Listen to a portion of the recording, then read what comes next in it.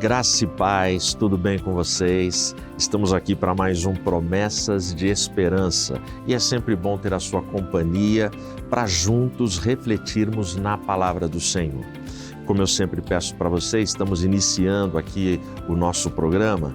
Deixa o seu like, o seu comentário, é muito importante para a TV Viva a Promessa, pois a sua participação, o seu engajamento amplia o alcance e a visibilidade dos conteúdos que nós produzimos aqui semanalmente, com tanto amor, com tanto carinho para cada um de vocês.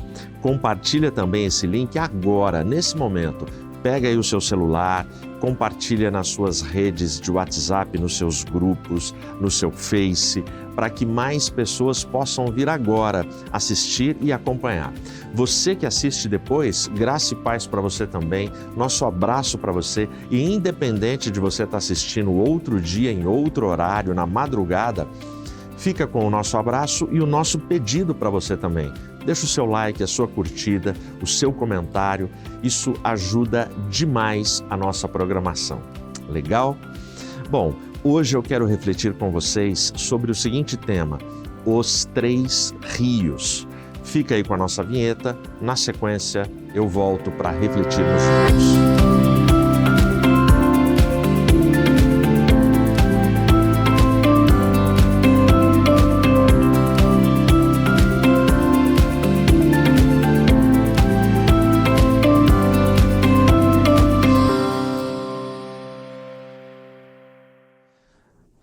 Abra sua Bíblia no livro de Apocalipse, é o último livro da Bíblia. No capítulo 7, eu vou ler a partir do versículo 13, em nome de Jesus. E um dos anciãos respondeu-me dizendo: O que são estes que estão vestidos com túnicas brancas? E de onde eles vieram? E eu lhes disse: Senhor, tu sabes. E ele me disse: Estes são aqueles que vieram da grande tribulação e lavaram as suas túnicas e as tornaram brancas no sangue do Cordeiro. Por isso, eles estão diante do trono de Deus e o servem dia e noite em seu templo. E aquele que está assentado no trono habitará entre eles. Eles não terão mais fome, nem terão sede, nem arderá o sol sobre eles, nem qualquer calor, porque o Cordeiro, que está no meio do trono, os alimentará e os levará às fontes de águas vivas, e Deus enxugará todas as lágrimas de seus olhos. Amém? Feche os olhos. Senhor, muito obrigado, Pai, por esse momento, obrigado pela leitura desta porção da Escritura, pela Tua Palavra e por essa palavra que nos dá tanto consolo, tanto conforto e tanta esperança em tempos de tanta tribulação pelos quais estamos passando. Pai, em nome de Jesus, que o Teu Espírito Santo fale ao nosso coração, fale, Senhor, no nosso intelecto e traga edificação para a Tua igreja. Sê conosco, em Teu nome eu oro. Amém. O texto de Apocalipse, ele é um texto que ele tem trazido perguntas, questionamentos, dúvidas, mistérios para todos os seus leitores, desde o primeiro século, desde quando ele foi escrito, desde quando ele foi entregue para a igreja. Até hoje, teólogos, estudiosos, gente de coração extremamente bem intencionado, se debruçam nesse texto com jejum, com oração, buscando significados, buscando conforto e consolo para compreender os eventos das últimas coisas que acontecerão nos capítulos finais da nossa história. É importante a gente também ressaltar que o texto de Apocalipse, além de profético, ele também é, em essência, poético. Se você tira a poesia, fica difícil compreender todas as palavras de Apocalipse. E quando eu digo todas as palavras, eu estou usando aqui de um exagero, de uma hipérbole, porque é muito complicado compreendermos todas as palavras. É um livro que nós estudaremos, pesquisaremos, interpretaremos, buscaremos sentido e significados a vida inteira.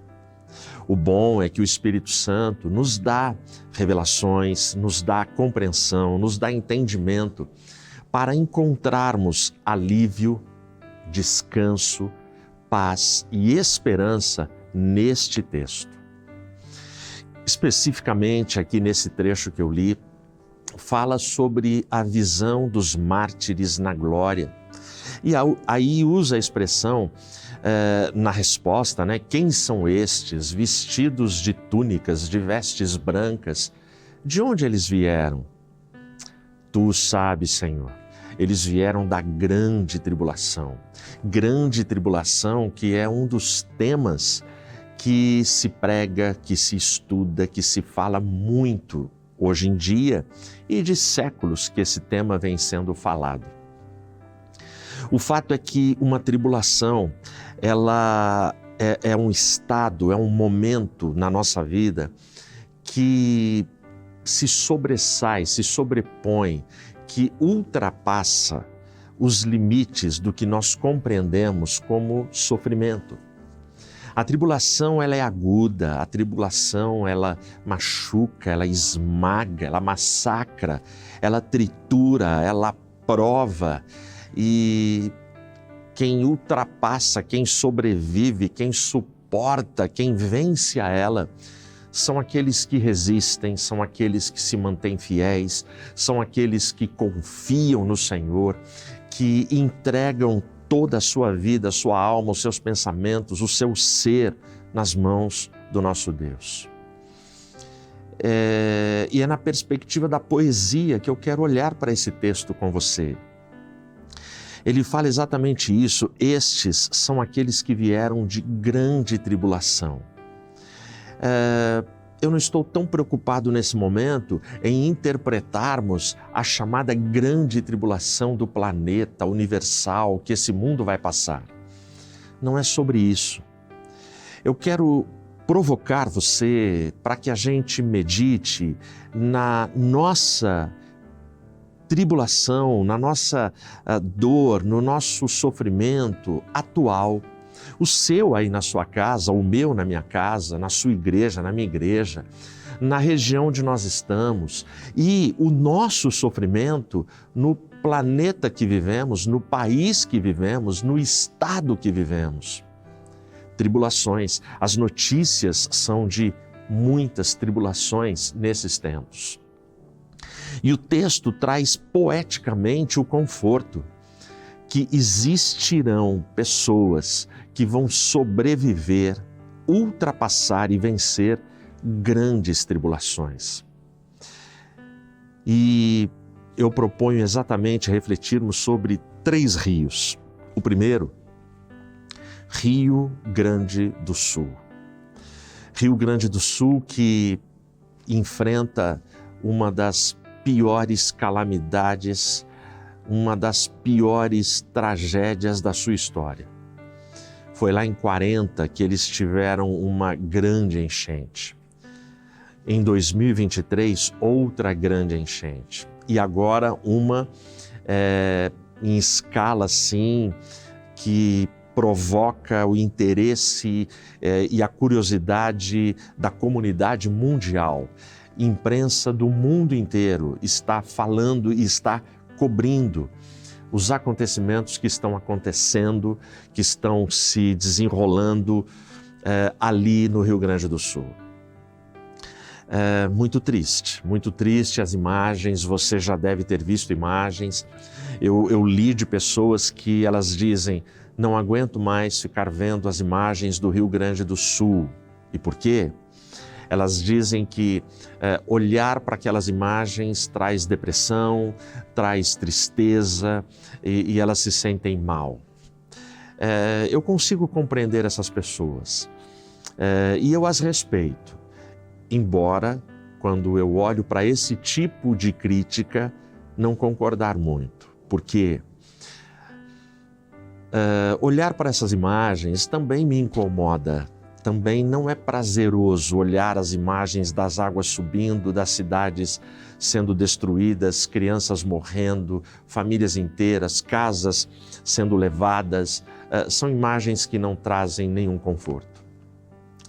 Mas a maioria de nós tem uma casa, a maioria de nós estamos enfrentando problemas que são infinitamente mais simples de serem solucionados do que aqueles que todo aquele estado está enfrentando.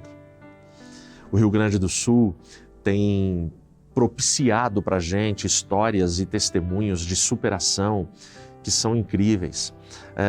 Toda a solidariedade humana extravasa, a gente vê ali voluntários, pessoas ajudando, muita gente ajudando. Por outro lado, o Rio Grande do Sul também traz à tona toda a maldade do coração humano, além da bondade.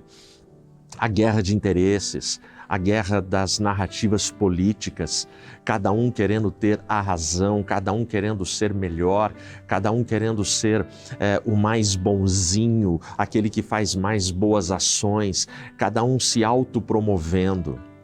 Evidente, tem aqueles que estão fazendo que não estão atrás de promoção, não estão atrás de likes, não estão atrás de aprovação. Estão atrás simplesmente de salvar vidas, de ajudar vidas, de reconstruir um estado tão importante da nossa federação. Mas é muito triste saber que já são mais de 100 mortos, saber das águas que resistem e saber que a reconstrução desse estado será penosa, será morosa, será difícil. Conversando com um amigo pastor ali do Rio Grande do Sul, ele dizia para mim: Ed, quando as águas baixarem, Porto Alegre nunca mais será a mesma. Eu já estive em Porto Alegre e é impensável a gente imaginar uma cidade como aquela embaixo d'água e tudo que está acontecendo. Então, a segunda etapa dessa tragédia, se nesse momento se exige, se pede que as pessoas que vão para lá, sejam repórteres, sejam voluntários, seja o poder público, que estas pessoas não tenham medo de colocar o pé na água, a segunda etapa vai exigir que se coloque o pé na lama para fazer a limpeza, para fazer toda a higienização de um estado. E a terceira etapa é reconstruir tudo isso. Isso leva tempo, é muito dinheiro, é muito investimento, é muita entrega, é muita dedicação. Rio Grande do Sul. Rio Grande do Sul revela para mim e para você traços e faces do que seja uma grande tribulação.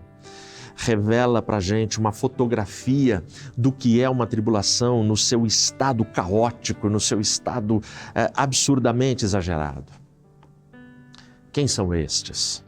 Quem são estes de vestes brancas? São aqueles que vieram da grande tribulação. Eles lavaram as suas vestes no sangue do Cordeiro. O Cordeiro os apacenta. E estes vão chegar no momento onde não terá mais dor, doença, sofrimento. E Ele, o Cordeiro, enxugará de seus olhos toda lágrima.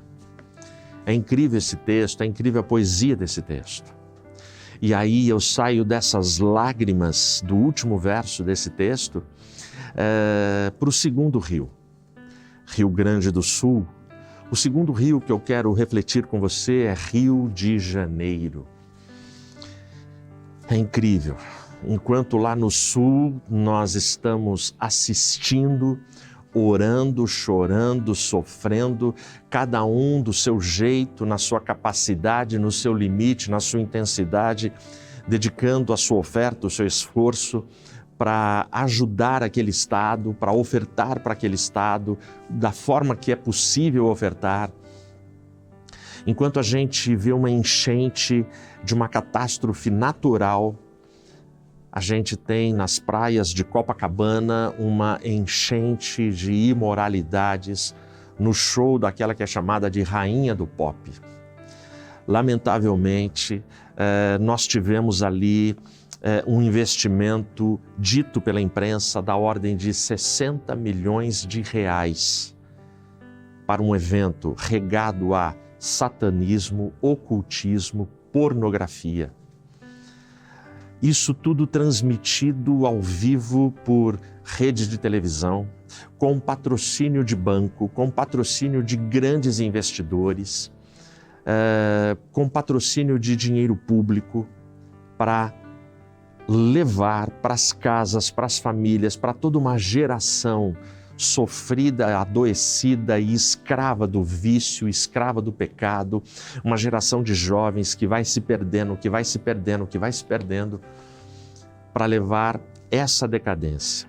Se lá no sul eu tenho uma enchente que pede a nossa solidariedade, no Rio de Janeiro a gente tem uma enchente recheada de imoralidade, uma enchente recheada de pecado, uma enchente que provoca nojo, provoca repulsa, provoca indignação.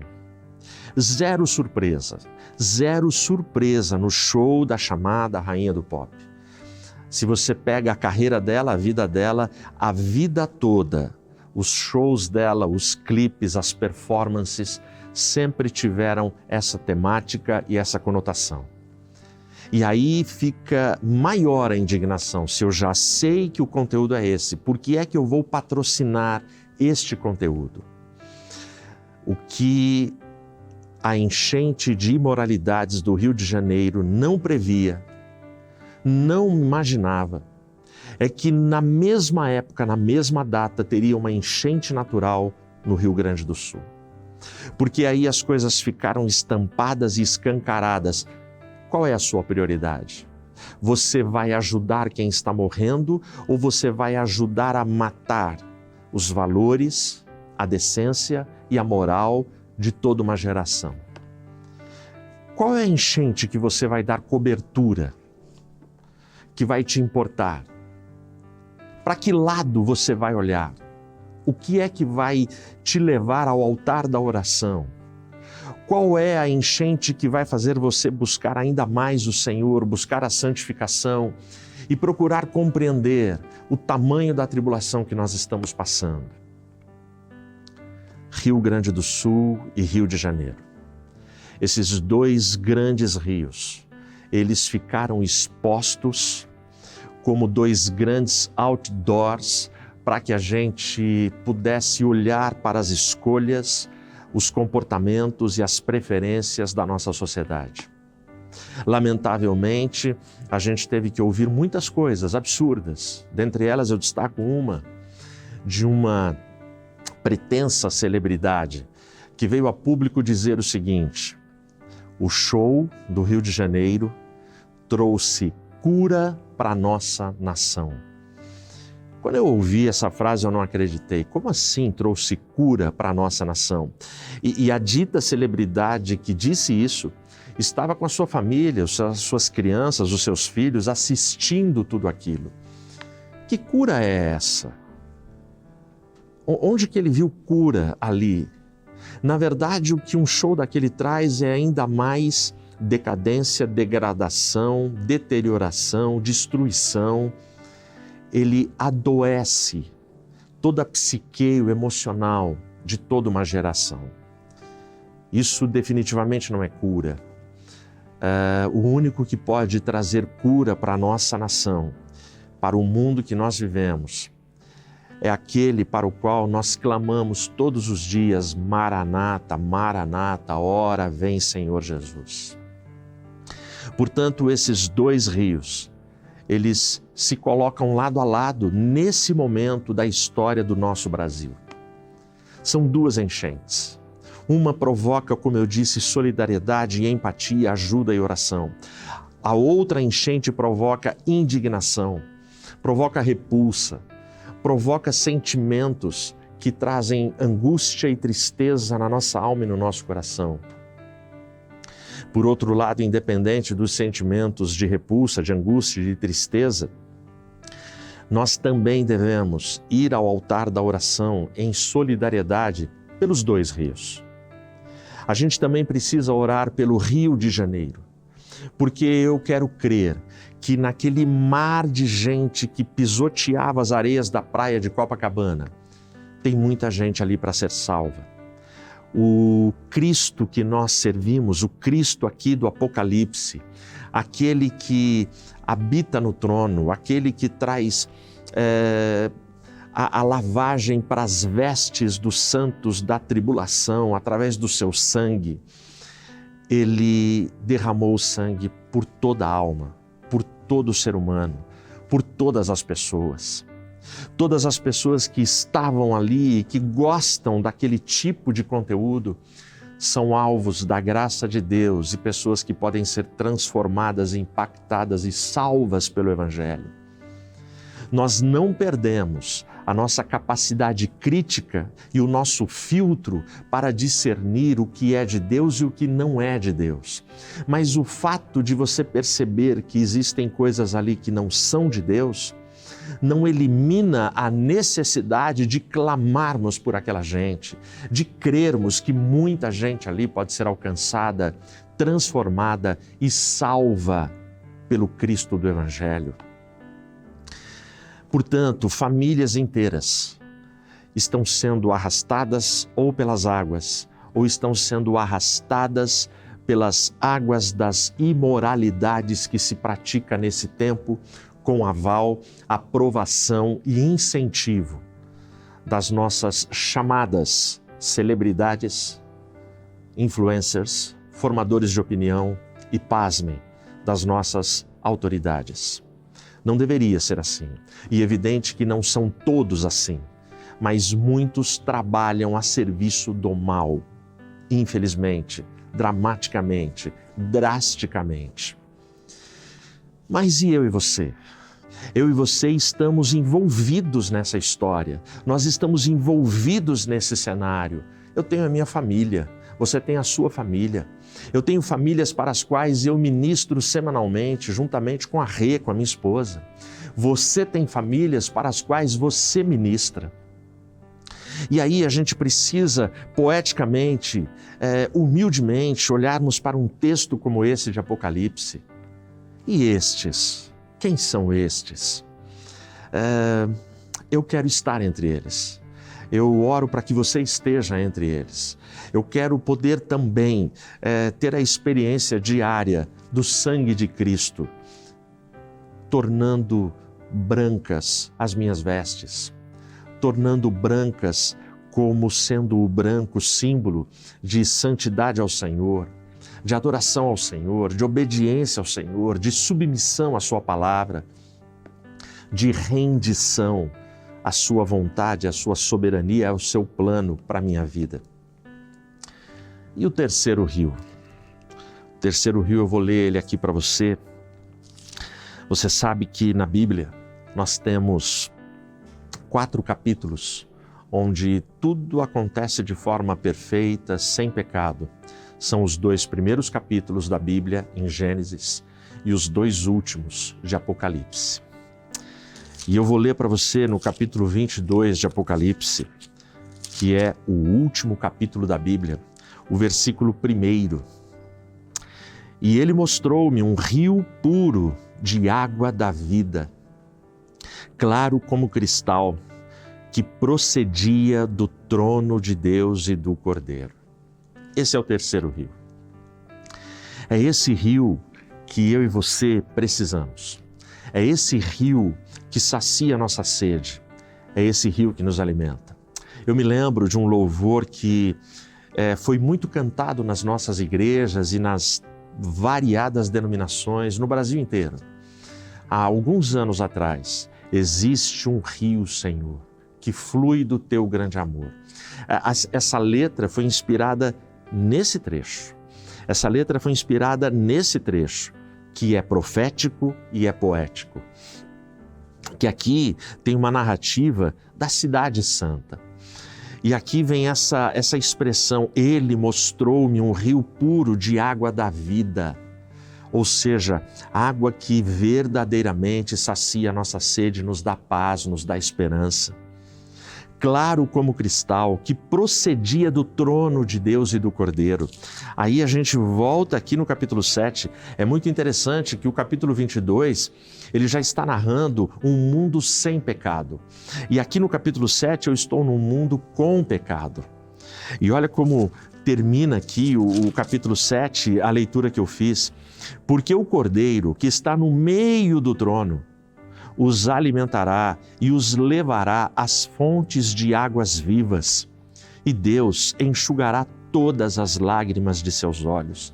Quando eu faço a união do versículo 17 do capítulo 7 de Apocalipse com o versículo 1 do capítulo 22, eu tenho o mesmo rio, o mesmo trono e o mesmo Cordeiro. Portanto, o Cordeiro de Deus, ele já está trabalhando, ele está inserido na história, ele não nos abandonou, ele se faz presente, ele cuida das famílias, ele cuida dos seus filhos, ele cuida da sua esposa, cuida do seu marido, cuida dos sonhos de vocês. Portanto, agora, não importa o tamanho da tribulação que você esteja pessoalmente enfrentando, o Cordeiro que habita no trono, o Cordeiro que é dono dessas águas, o Cordeiro que tem uma água que mata a nossa sede para o resto da vida. Se bebermos da água que Ele oferece, nunca mais teremos sede. O Cordeiro já está atuando nesse nosso mundo e nesse nosso caos. Ele está entre nós. E é reconfortante saber que o Cordeiro e o Deus que enxuga toda lágrima dos nossos olhos, Ele está presente aqui. E Ele mostrou-me um rio puro de água da vida, claro como cristal, que procede do trono de Deus e do Cordeiro. É muito legal a gente imaginar poeticamente também água da vida e entendermos a água como o Espírito Santo. Poeticamente, eu tenho o trono de Deus, o trono de Cristo procedendo dali, eu tenho a Trindade atuando nessa cidade santa. Que Deus nos abençoe, que Deus nos fortaleça e que quando estivermos envolvidos pelos rios de imoralidades, de tragédias cósmicas, naturais, das enchentes mais violentas e das mais variadas formas desta vida, que a gente não perca de vista o rio que sai do trono do Cordeiro, porque é Ele que mantém a nossa esperança, que mantém a nossa fé, que sacia a nossa alma e o nosso coração. E este rio, quem tem acesso a ele, são aqueles que vêm de grande tribulação. São aqueles que suportam grandes tribulações e as vencem pelo sangue do Cordeiro. Que seja assim na sua casa, que você encontre forças para continuar caminhando, lutando e esperando naquele que vem. Que Deus te abençoe.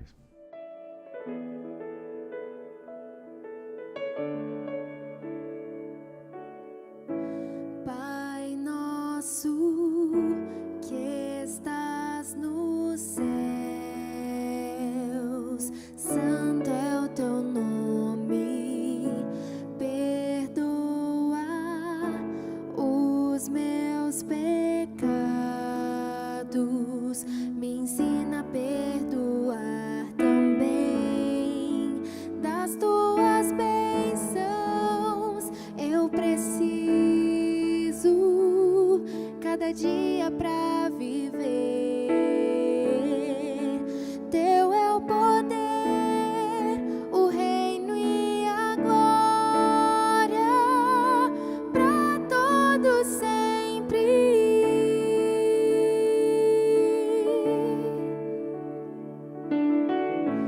Pai nosso que estás nos céus, santo é o teu nome, perdoa os meus pecados, me ensina a perdoar também das tuas bênçãos. Eu preciso cada dia pra viver. Teu é o poder,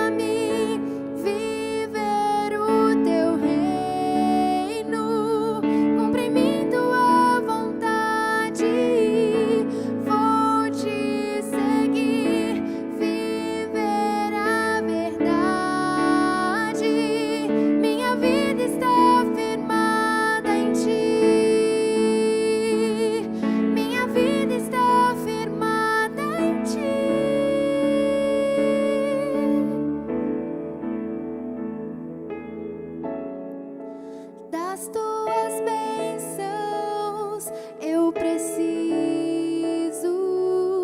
cada dia pra viver. Teu é o poder, o reino e a glória pra todo sempre. Das tuas bênçãos eu preciso cada dia pra viver. Teu é o poder, o reino e a glória pra todo sempre.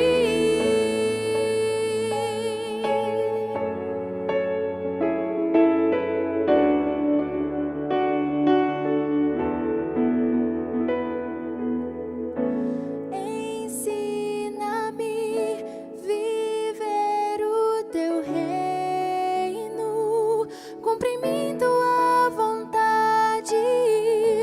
Vou te seguir, viver a verdade. Minha vida está firmada em ti. Ensina-me viver o teu reino, cumprindo a vontade. Vou te seguir, viver a verdade. Minha vida está firmada em ti.